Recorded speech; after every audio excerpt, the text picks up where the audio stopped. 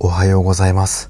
昨日結局白川郷でいい車中泊スポット見つからなかったので、もう高速道路に乗って最初のサービスエリアで車中泊しました。朝方結構寒かったんでエアコンの暖房をつけていました。今日どこかお店か自分のガレージ寄って毛布だけ追加します。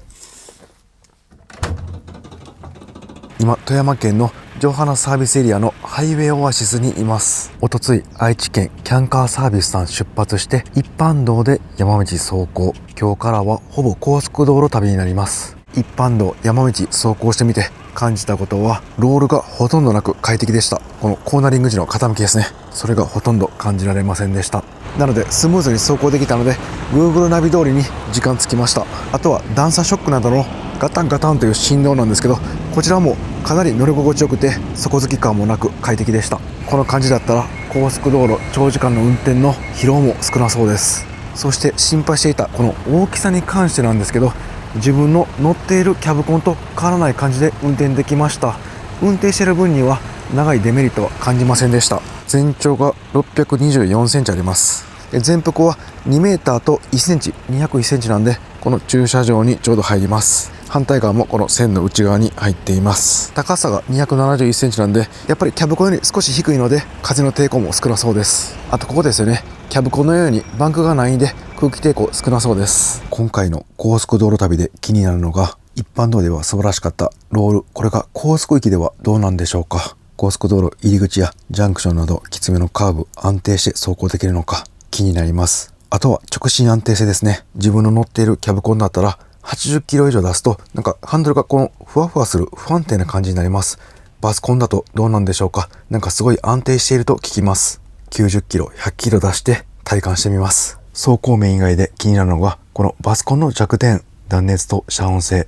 サービスエリア、パーキングエリアは結構うるさいと思いますんで、寝てみて体感します。高速道路の旅も楽しみたいと思います。今回北陸のサービスエリアなどたくさん寄ります。美味しいもの食べながら旅したいと思います。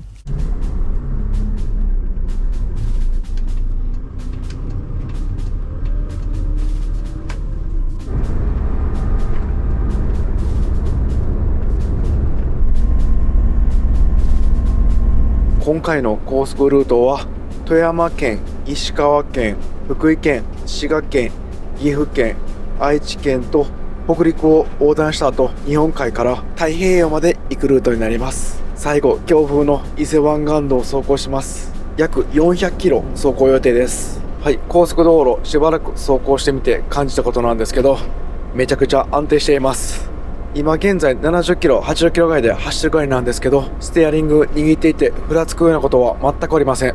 そしてちょうど風が当たるところなんですけど、今のところはびくともしません。いやー、しかしキャブコンとバスコンでこんなに違うんですね。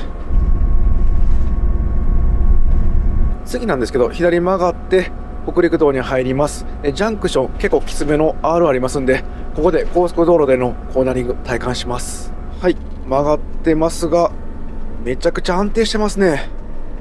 いやー、これはすごいな。全然傾きません。はい、じゃあ北陸道入ります。いやー、このコーナリングすごいな。高さ2メーター70センチあるんですけど、すごく安定していて傾きがほとんどありませんでした。タイヤとタイヤの幅、トレッド幅が広いんでしょうね。なんかキャブコン乗ってる身からすると拍子抜けするような、そんなコーナリングの安定具合でした。はい、ちょっとサービスエリア寄ります。ハイウェイオアシスではなくて普通のサービスエリアとかパーキングエリアなんですけど、全長長いんですが問題なく駐車できるでしょうか。はい、小矢部川サービスエリアに寄りました。毛布もガレージから持ってきました。駐車行けました。よかったです。ここのサービスエリアはとりわけ広い場所ではありません。小型がだいたい50台ぐらいですかね。で大型って感じで、大型もそんなに多くないです。前がちょっと開いてしまいました。このぐらいで後ろちょっとはみ出るぐらいなんで、先の分前に行けば問題なく収まると思います。サービスエリアの駐車枠って場所によると思うんですけど、少し長めに設定されていますんで、こういった6メーター超える車でも収まりました。サービスエリアだと安心して休憩できますね。コンビニあるんで保存の効く食料買っておきます。はい、いろいろ買ってきました。トイレしてから少し車内でこの先どうするか考えます。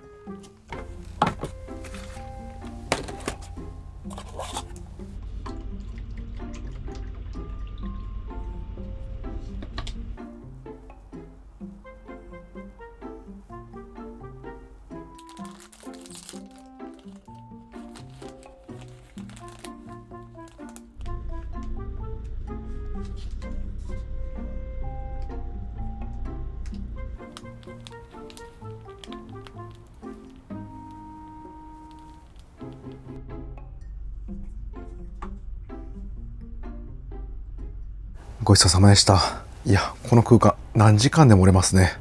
この富山あんという和菓子、自分いつも見つけたら買っています。コーヒーともよく合い美味しいんですよね。でもう一つ種類があって、生クリームが入ってるタイプがあるんですけど、これがね、もうめちゃくちゃ美味しくて、要冷蔵になっちゃうんですけど、ぜひ富山県に来て見つけた際は買ってみてください。今ネットで調べたら、全国菓子大博覧会というので金賞を取った富山県の銘菓だそうです。このスモークガラスめちゃくちゃいいですね。いつもだったら少しの休憩でも自分カーテンなどを閉めています。やっぱり目線とか合うんですよね。でもスモークガラスなんでその心配なくてすごいいいなと思いました。やっぱり毎回カーテンやシェードするのってちょっと大変ですもんね。今日ちょっとガレージ寄っていろいろしていたら遅くなってしまったんで、もうこの富山県の隣、石川県のパーキングエリアでハイウェイオアシスありましたんで、そちらで車中泊します。北陸道で唯一温泉のあるパーキングエリアです。いつも自分よくそこ利用するんですけど、ハイウェイオアシスもあるんで、駐車はバスコンでも行けると思います。まもなく5時です。今、ガレージをですね、いろいろ改装しています。ちょうど工事の業者さん来ていたんで、話していたら遅くなっちゃいました。今、雨の日でも DIY できるように大きいカーポートを作っています。ガレージを拡張している感じになります。まだ完成したらこちらも動画でお伝えします。今日は早めに寝て、明日朝から長距離移動したいと思います。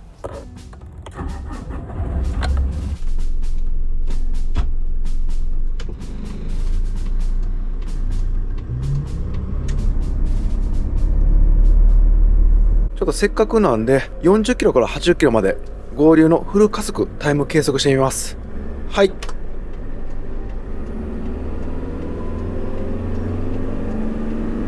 はい、今60キロ、70キロ、はい、80キロです。あ、渋滞ですね。で、今の加速なんですけど、最初アクセルフル加速した時に反応が遅かったんですけど、ワンテンポ遅れてギアが下がって加速してくれました。その後は一気に80キロまで加速してくれたんで、スムーズに合流できました。シートに背中が押されるような加速感もありました。エンジンは3リッターディーゼルということで、トルクも十分、パワーに関して不満は全くないですね。はい、結構長い間、工事渋滞だったんですけど、ようやく抜けたようです。スムーズに流れ始めました。ここまで約80キロぐらいで高速道路走行してみました。で、乗り心地なんですけど、下道同様すごくいいです。なんて言うんでしょうか。トラックのキャブコンのようにガンガンする突き上げは全くありません。結構大きい段車ショック通ってもショックアブソーバーが綺麗に衝撃を吸収してくれて、人には優しい衝撃になっています。本当一般道と同様底付き感がなく、ゆりかごに乗ってるようなそんな優しい乗り心地です。人によってはもっとダイレクトにガンガン路面の衝撃を感じる方がいい方もいてると思いますが、長距離運転ならこのぐらい乗り心地がいいと疲労度は全然変わってくると思います。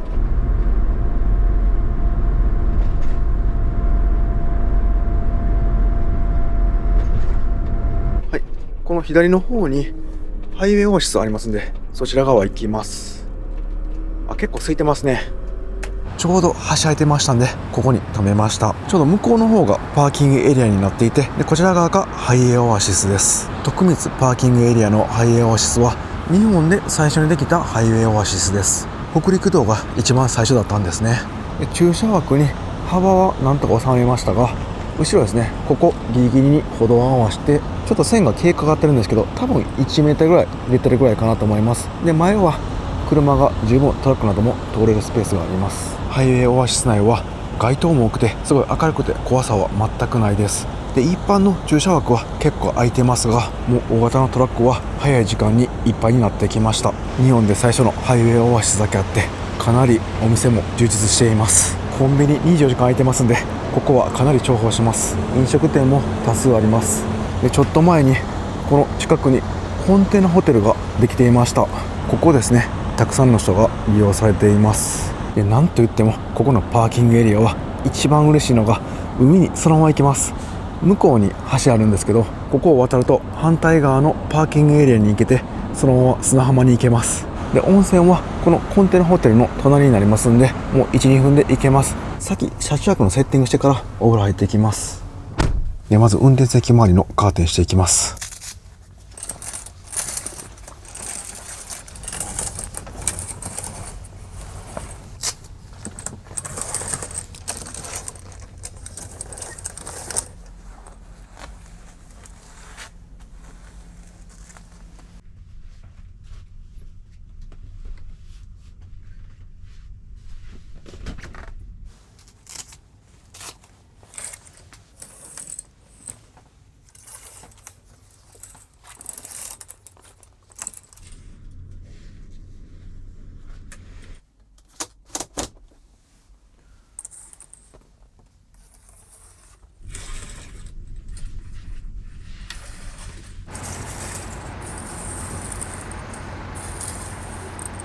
はい、車中泊のセッティング完了しました。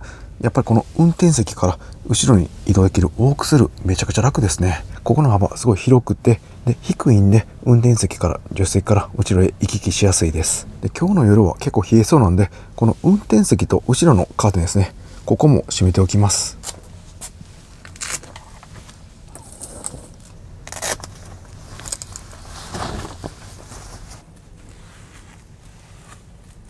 ここも閉めるとなんか雰囲気変わりますね。全体がアコーディオンカーテンに包まれてぐっと個室感が増します。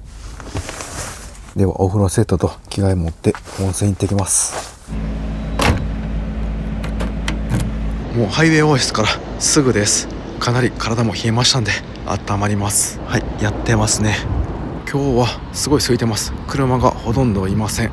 ここ入り口ですね。なんか暗いですね。嘘、やってない？あれ、お店のホームページ確認したら休やってたんですけどね。休館日って書いてます。10月末、ちょうど今週ですね。なんか臨時休館期間のようです。こんなことがないようにホームページもちゃんとチェックしてたんですけどダメですね。お疲れ様でした。こればっかりはしょうがないですね。もう車内でゆっくり温まります。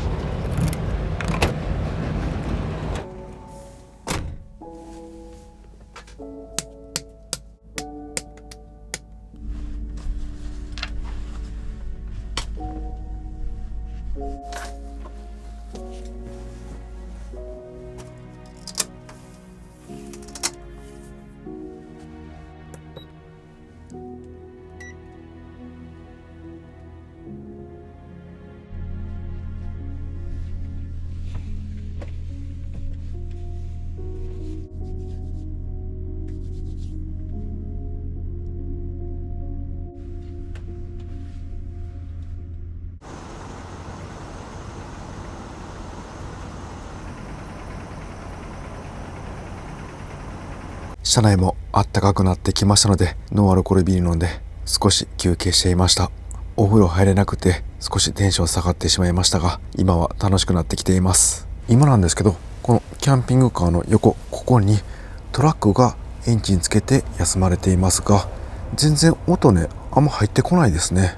結構このカーテンで覆われてますんで、音が布に吸収されている、そんな感じもします。なんか今もエアコンの音が一番聞こえていて、で遠くにエンジンの音が聞こえてるような感じなんで、もう全然気になりません。ここは普通車枠のスペースなんですけど、トラックがだいたい5個くらい潰して横で止められています。これ決してドライバーさんを責めれるわけではないんですよね。法律的に休憩する時間が決まっているようです。だけどスペースがないのでしょうがなくマナー違反を犯している、いわばルールのしわせが現場のドライバーさんに来ている、そんな感じなんです。本当にご苦労様です。自分も Amazon さんとかすごいお世話になっています。北陸の富山県に移住決めたのも、そういった日本の物流が充実したことにより、どこに行っても同じサービスを受けられるようになったからです。本当に感謝ですね。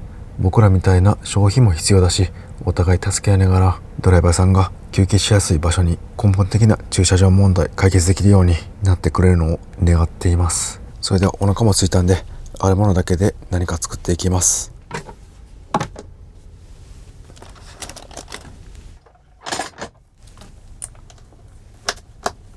先ほどのサービスエリアで購入した金沢カレーのゴーゴーカレー、こちらのレトルトとご飯、そして昨日の卵や野菜などありますんで、こちらで焼きカレーチャーハン作ってみます。こういったコンビニで売っていたお肉とかもありましたんで入れてみます。で電子レンジが調子悪くて使えないんですよね。なのでもうフライパンで全部一気に炒めます。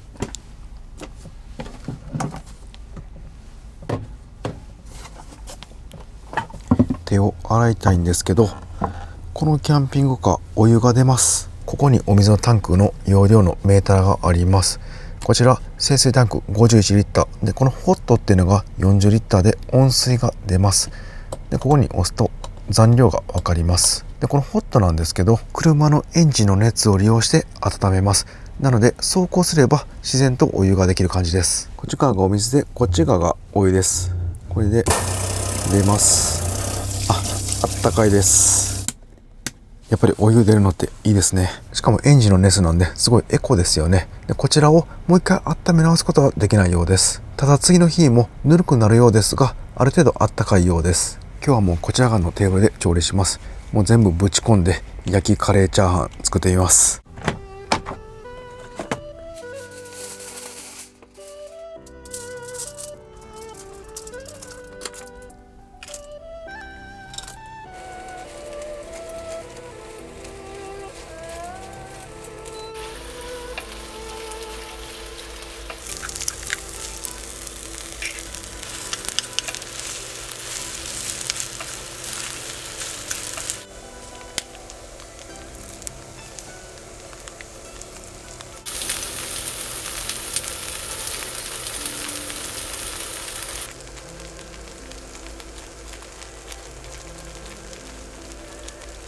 ちょっと行儀悪いんですけど、小皿だけ用意して、もうこのフライパン直接いただきます。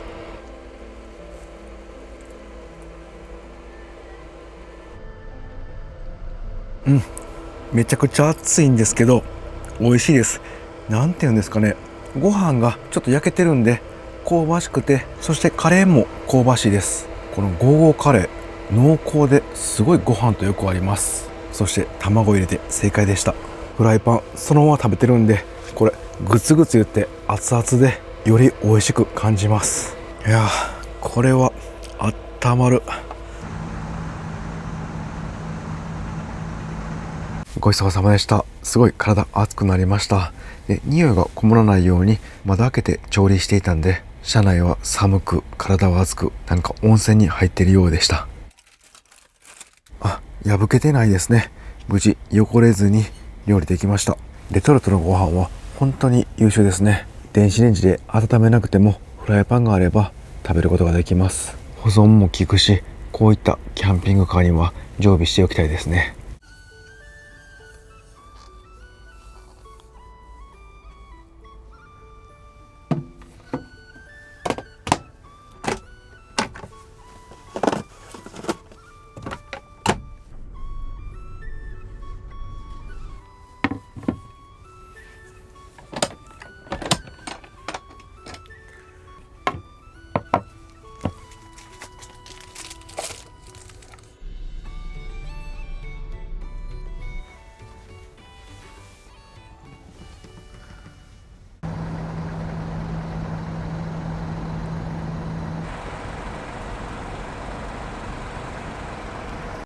やっぱりこのソファいいですね。なんか校長室のソファにあるような柔らかさ、そして手触りがします。でここのダイネットなんですけど、テーブル取ってソファ、セカンドシート、サードシート両方フラットになりますんで、ここで寝ることもできます。今日も昨日に続きこのリアのベッド広くて快適だったんで、ここで眠ろうと思ってたんですが、今日はこのダイネット展開してこちらで寝てみます。今日の夜はかなり冷え込みますんで、エアコンつけてこのリアベッドにある仕切りカーテン閉めます。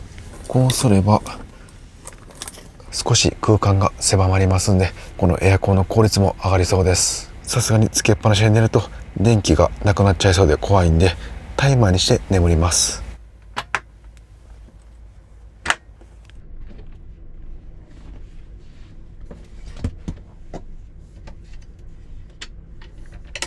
さあ問題はここからです。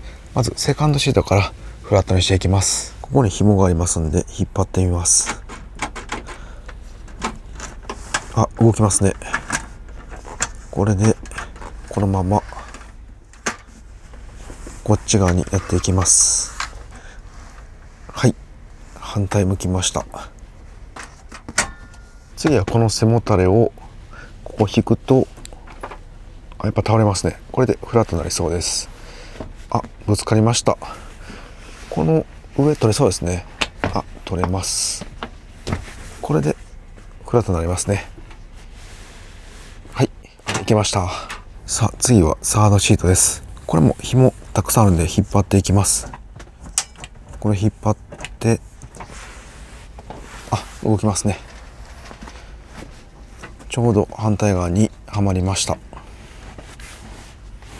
最後これを倒せばいけそうです。紐引っ張ってで倒します。あ、やっぱりこれも一筋縄ではいかないですね。もう一個謎の紐ありました。これでこう動くようです。でこれ取るんですかね。はい、取れました。そしてこれを引っ張るとひっくり返りますね。でこれで一番下の紐引くといけました。なんとかフラットになりました。これ明日の朝寝起きで戻せる自信があまりないです。何回も回数こなして慣れないと難しそうなベッド展開でした。ここに隙間がありますんで、何かマット入れたりこのソファーベッドをずらしたりとかして隙間埋めれるはずなんですけど、今日はもうちょっとこのまま寝ます。ここの通路もなんか埋めれそうな雰囲気ですね。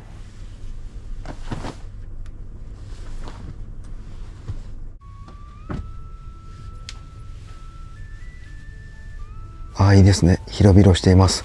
足も端まで届かないんで、これ185センチぐらいありそうですね。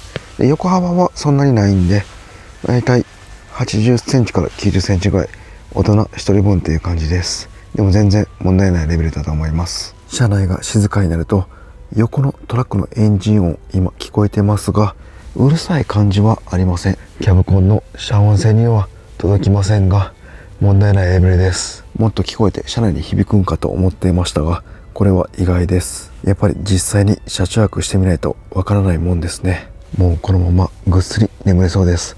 明日は長距離高速道路走行しますんで、かなり楽しみです。それではおやすみなさい。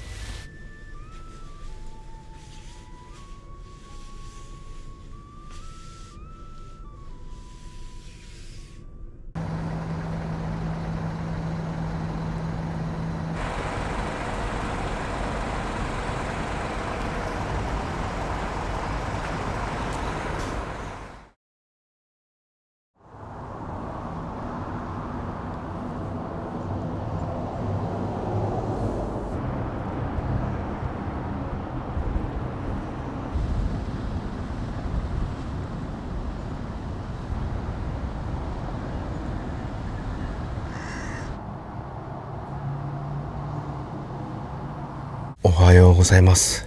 ソファーベッド寝心地も良かったんで疲れが取れました。リアベッド同様クッション性も良く、全然底付き感もなくて気持ちよかったです。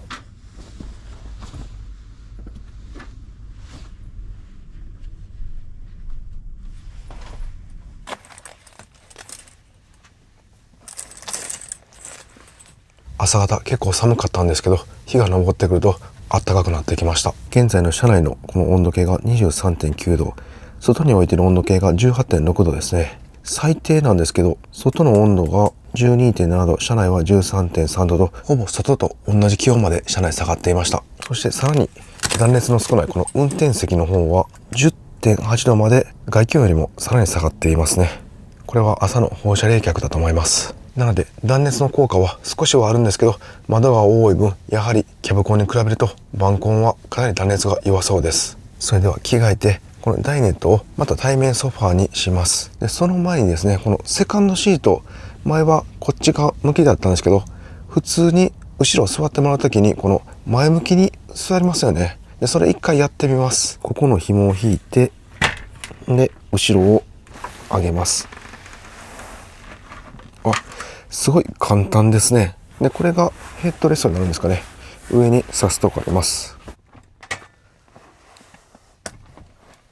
これで完成しました。前向き乗車可能です。ではまた対面のソファーモードにしていきます。できるか不安ですが、ちょっと一個一個確かめながらやっていきます。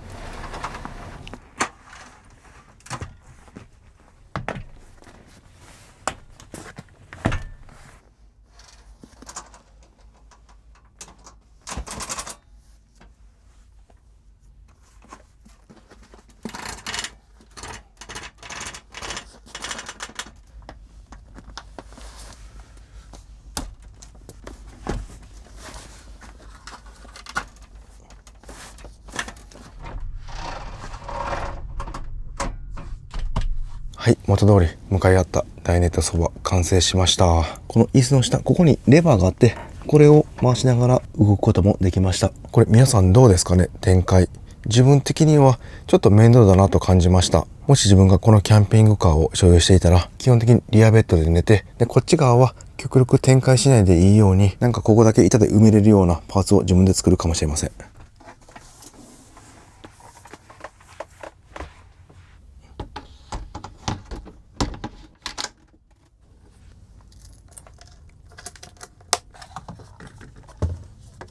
それでは朝コーヒーだけ飲んで、今日は長距離移動しますんで、もう出発します。ここ本当海が絶景なんで見に行きたかったんですが、また今度にします。はい、なんか暑くなってきたなと思って温度計見たら車内今 26.6 度です。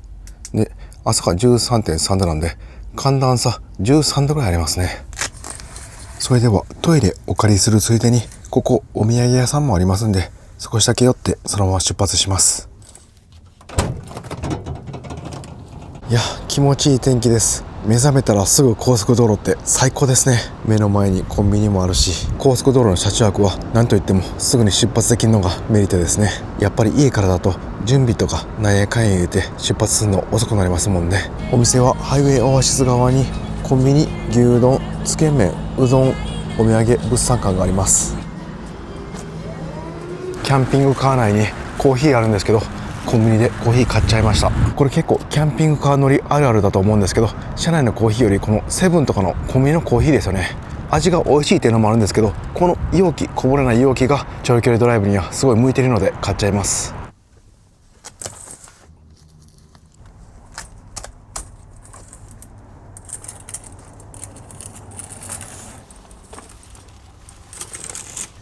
はい、それでは次は隣の福井県かその次の滋賀県で休憩したいと思います。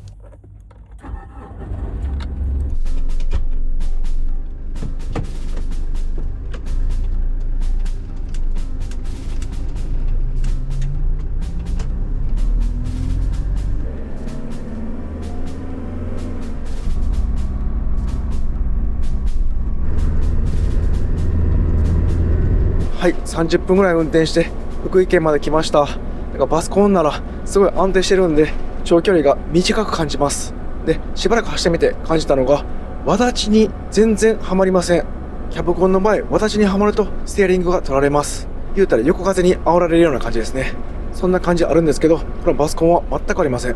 自分の乗ってるカムロードの場合はリアがワイドトレッドなんで、前輪と後輪のトレッド幅、タイヤの幅が違います。でもバスコンは普通車のように前後同じ幅なんで、わだちに取られずスムーズに走れます。これはやっぱ快適ですね。今福井県の南部の方まで来たんですけど、もうちょっとしたら滋賀県との県境でかなりきつい峠の連続になります。坂道やきつい上りの途半車線を実際走ってみてパワーを体感してみます。今日は天気が良くてめちゃくちゃ気持ちいいです。山越えるまでしばらくサービスエリア、パーキングエリアないんで、南條サービスエリアで少し休憩します。ここは道の駅も併設されているんで、サービスエリアグルメが楽しめます。さあちょっとお腹空いたんで、おにぎりと飲み物買ってきます。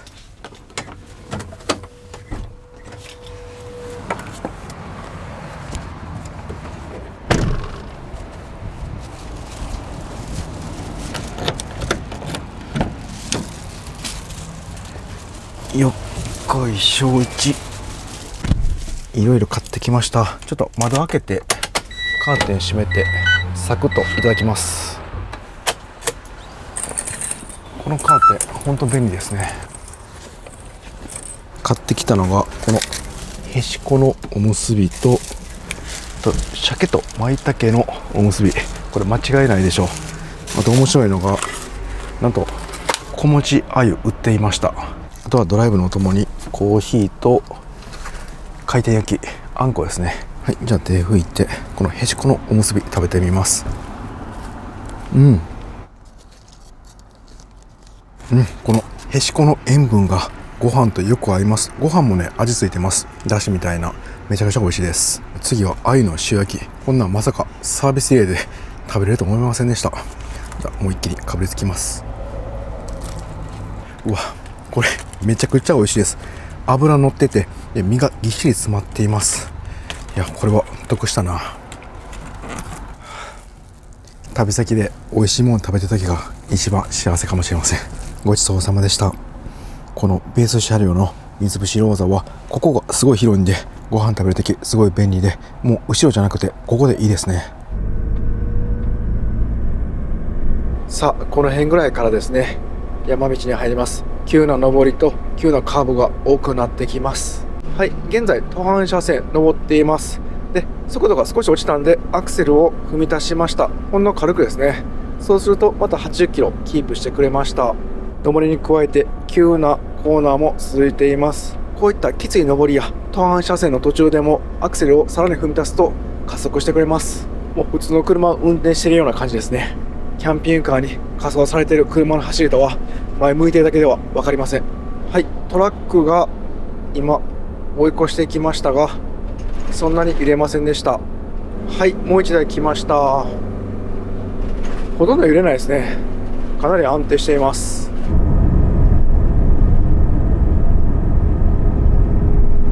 ここからはもうずっとひたすら平坦な道が続きます。でちょっと眠たいんですけど、このまま頑張って岐阜県、三重県と伊勢湾岸道まで向かいたいと思います。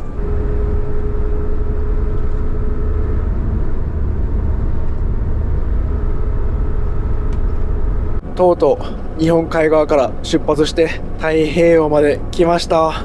伊勢湾岸道です。今ちょうど橋の上走行していますが、なんとですね、風が全く吹いていません。この強風で有名な伊勢湾岸道なんですが、先ほど天気予報のアプリ確認したらなんと風速1メーターでした。こんなことあるんですね。こんなに穏やかな伊勢湾岸道は初めてです。もう天気なんでしょうがないですね。また明日の朝ですね、高速道路走りますんで、風が強かったら横風体感してみます。さあそれではもうここからすぐのパーキングエリア、俺たちの刈谷パーキングでお風呂入って休憩します。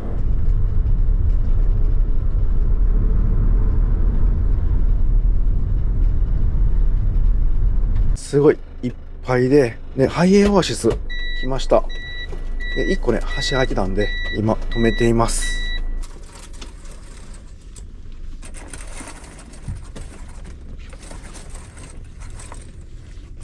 いやーなんとか行けました。ほとんど埋まっています。で間1個空いてるとこあったんですけど、車と車両隣だったんでちょっと怖かったんでやめました。でこの橋唯一空いていました。ギリギリまで橋よして止めました。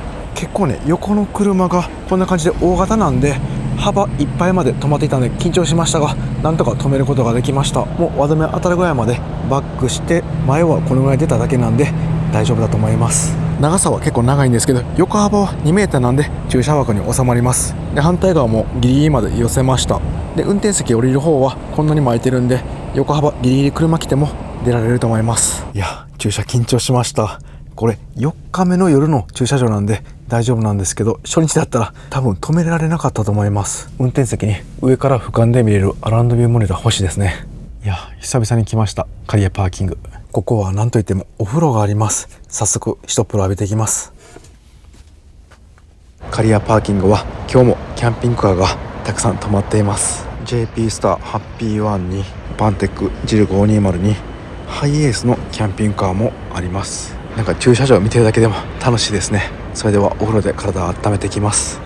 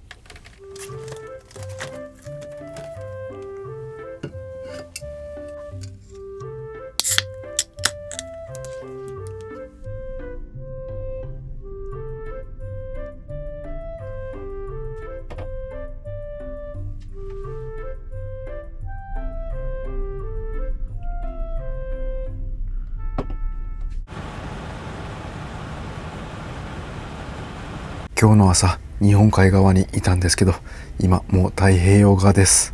今日は長距離走りましたが全然疲れてません。これ自分の持っているキャブコンだったら結構衝撃しますんで、この距離走っていたらもうちょっと疲れ溜まってそうです。バスベースのキャンピングカーバスコンの走行性能の安定さに本当に驚きました。今日最後ですね、伊勢湾岸道強風だったらどのぐらいの横風で入れるか体感できたんですけど、今日はそこだけ残念です。明日風強かったらいいんですけどね。さあ、それではおつまみ的なもの作ります。刈谷パーキングにファミもありました。で、焼き鳥買ってきました。で、これ今冷えた状態なんですけど、これを調理します。もやしと卵ありますんで、とんぺい風焼き鳥にします。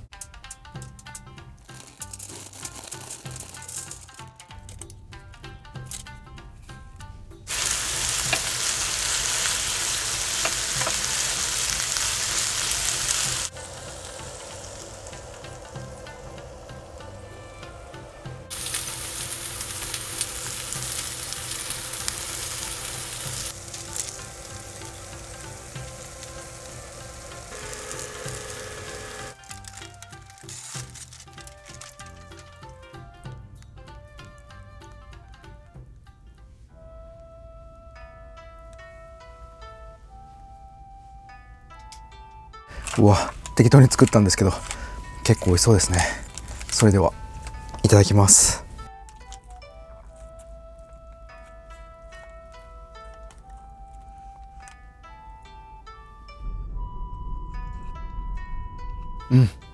もやしがシャキシャキでめちゃくちゃ美味しいです。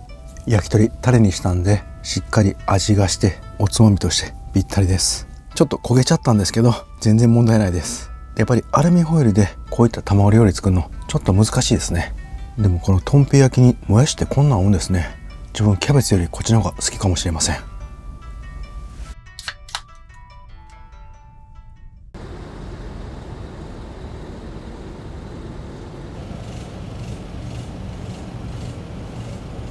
ごちそうさまでした。今回コンビニの焼き鳥だったんですけど、缶詰の焼き鳥でも美味しそうですね。野菜もたくさん取れたんで満足です。ご飯も食べたんで、それではもうパジャマに着替えておきます。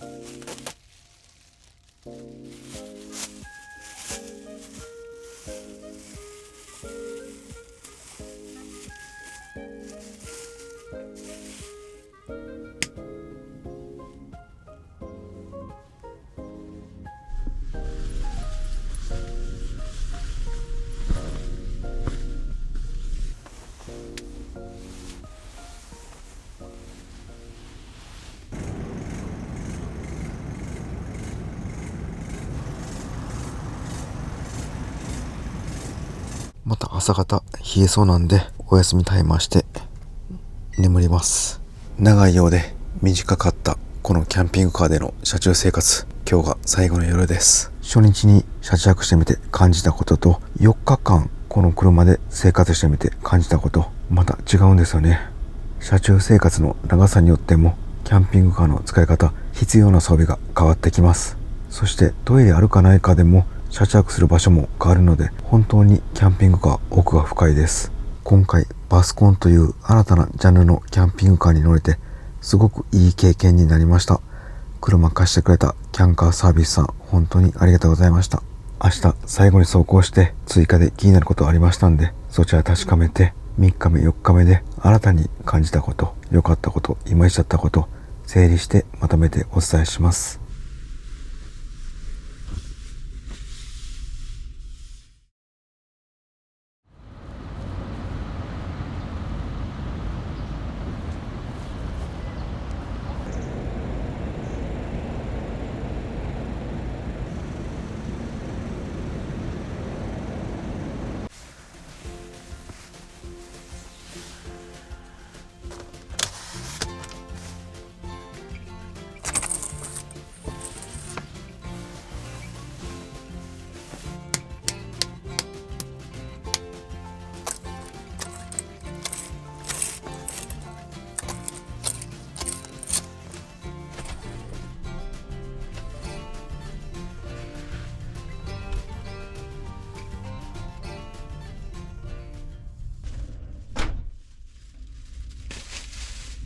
パーキングエリアで美味しそうなローストビーフサンド売っていたんで買ってきました。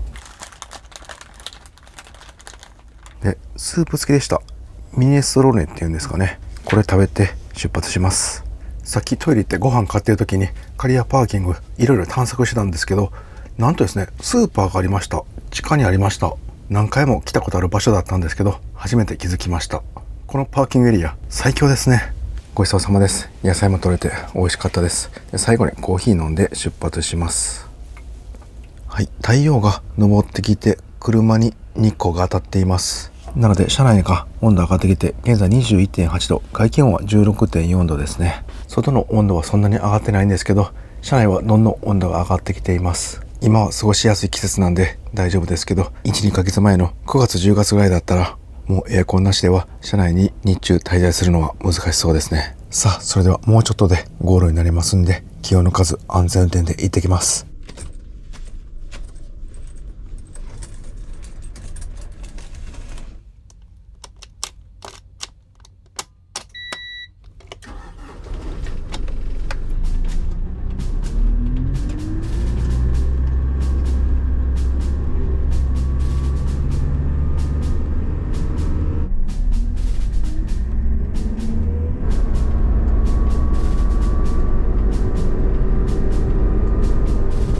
いや、今日も快晴で気持ちいいです。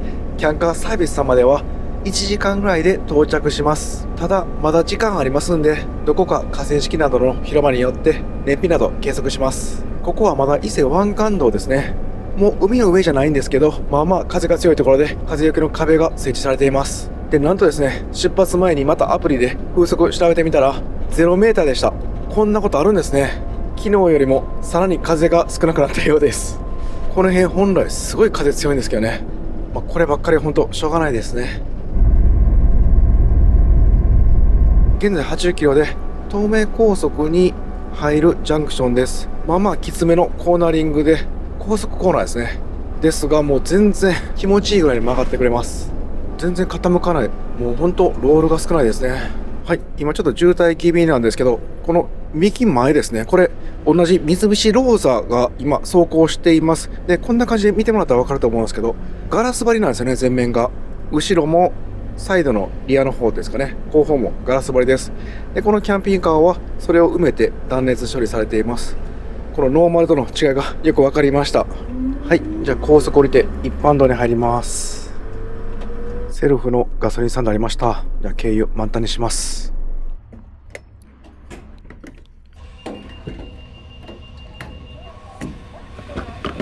438キロ走行しました。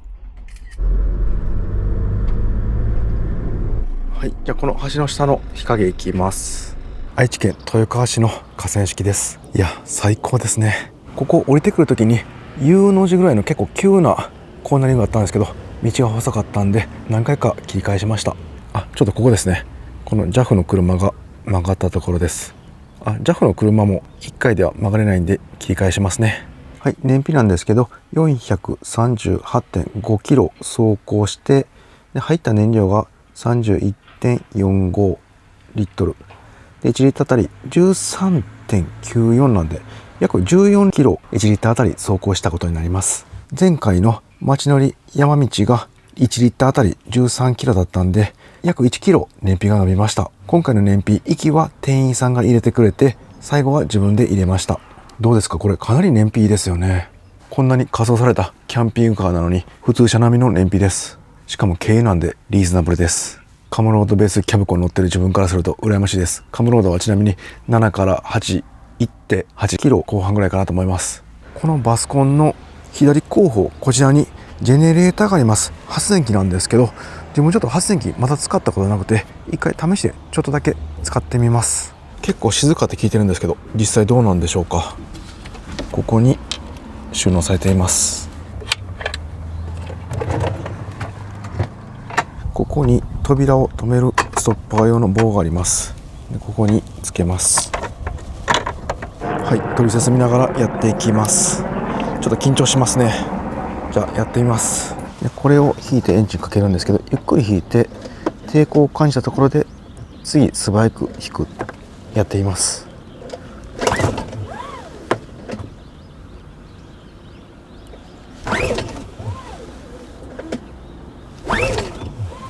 あれ、かかれへんな。ちょっとかかんないですね。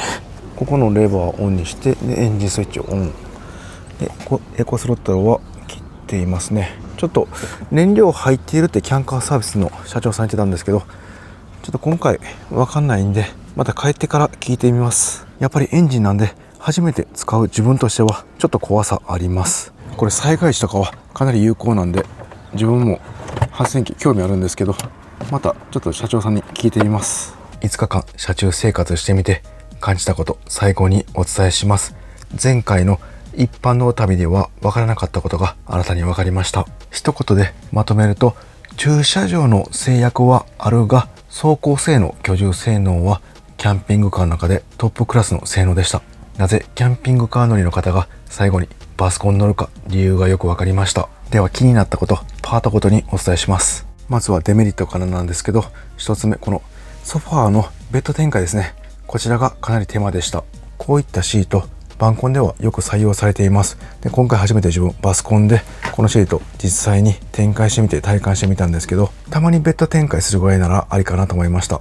旅中毎日はやりたくないなというのが正直な感想です。2人まででしたらここのリアベッドでもう常設で大丈夫だと思うんですけど、3人以上の家族になってくるとここのベッド展開絶対必要になってきますんで、旅に行く人数でもかなり使い勝手は変わってきそうです。ただこのセカンドシートが前向きになりますんで、後ろに乗る人はかなり走行中は快適だと思います。やっぱりサードシートよりもセカンドシートの方が揺れは少ないので、車中泊メインというよりかは普段使いもされる方はこっちのシートの方が使い勝手いいかもしれません。2つ目のデメリットなんですけど、やっぱり今回も断熱の弱さを感じました。寒暖差が大きかったです。やっぱり鉄の部分とこの窓が多いんでしょうがないと思うんですけど、キャブコンと比べると断熱はやっぱり弱いなと感じます。今日が10月30日なんで、ちょうど車中泊にはいい季節だから行けたんですけど、もうちょっと暑かったり寒くなってくると家庭用エアコンの消費電力は激しくなってくると思います。今回使わなかったんですけど、冬場はキャンピングカー専用の暖房、燃料を使って燃焼して温めるエベビーヒーターがありますんで、電気は問題ないかなと思いますが、この空間エアコンで冷やそうと思ったら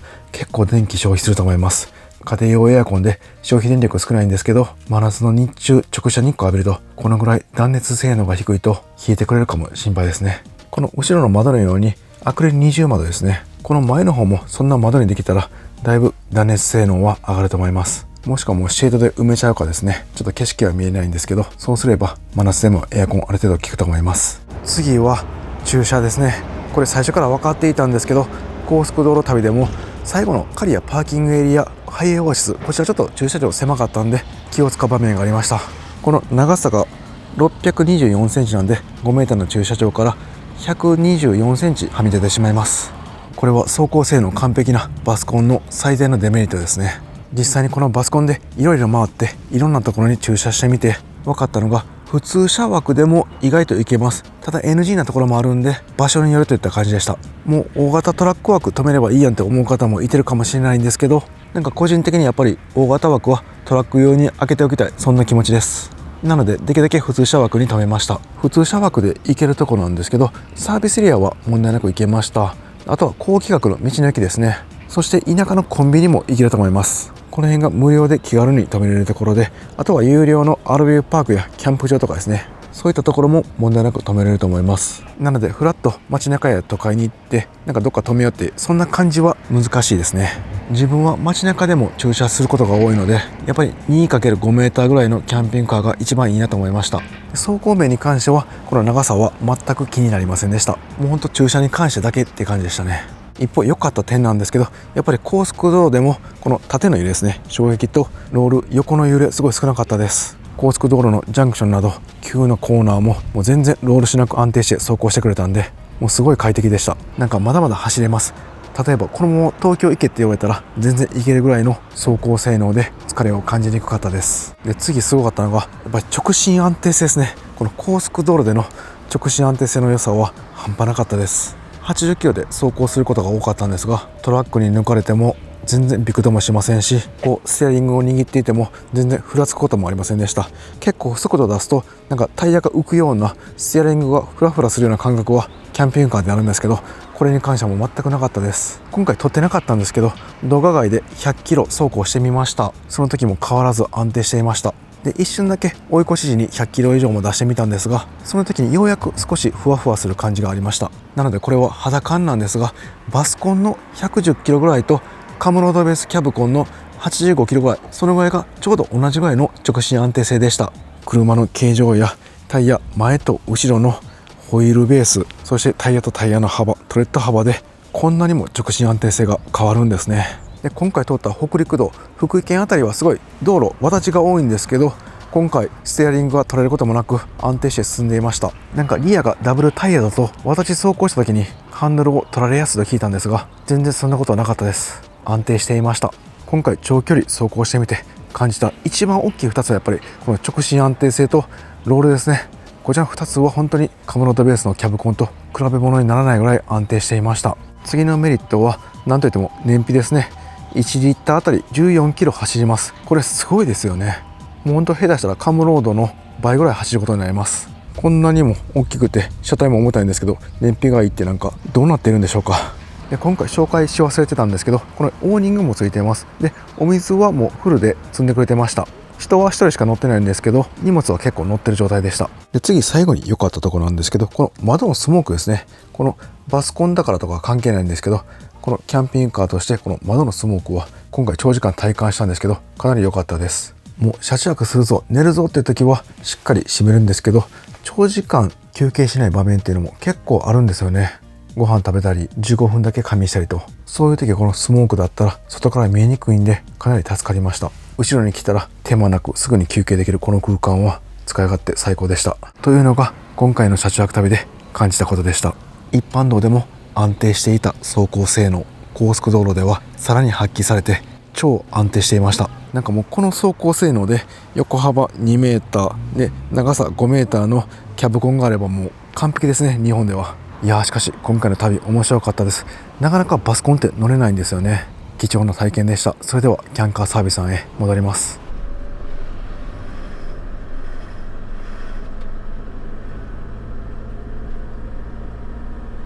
はい、キャンカーサービスさんに到着しました。自分のキャンピングカージル520リフォームしていただいています。完成しているでしょうか。はい、戻ってまいりました。洗車もしていただいて愛車がピカピカになりました。リフォームした箇所今説明していただいたんですけど、すごかったです。かなり機能的で使いやすいキャンピングカーにリフォームされていました。本当にありがとうございます。それではバスコンからジルに荷物移し替えて出発します。リフォームした箇所の細かい説明などはまた別の動画で出しますんで、ぜひチェックよろしくお願いします。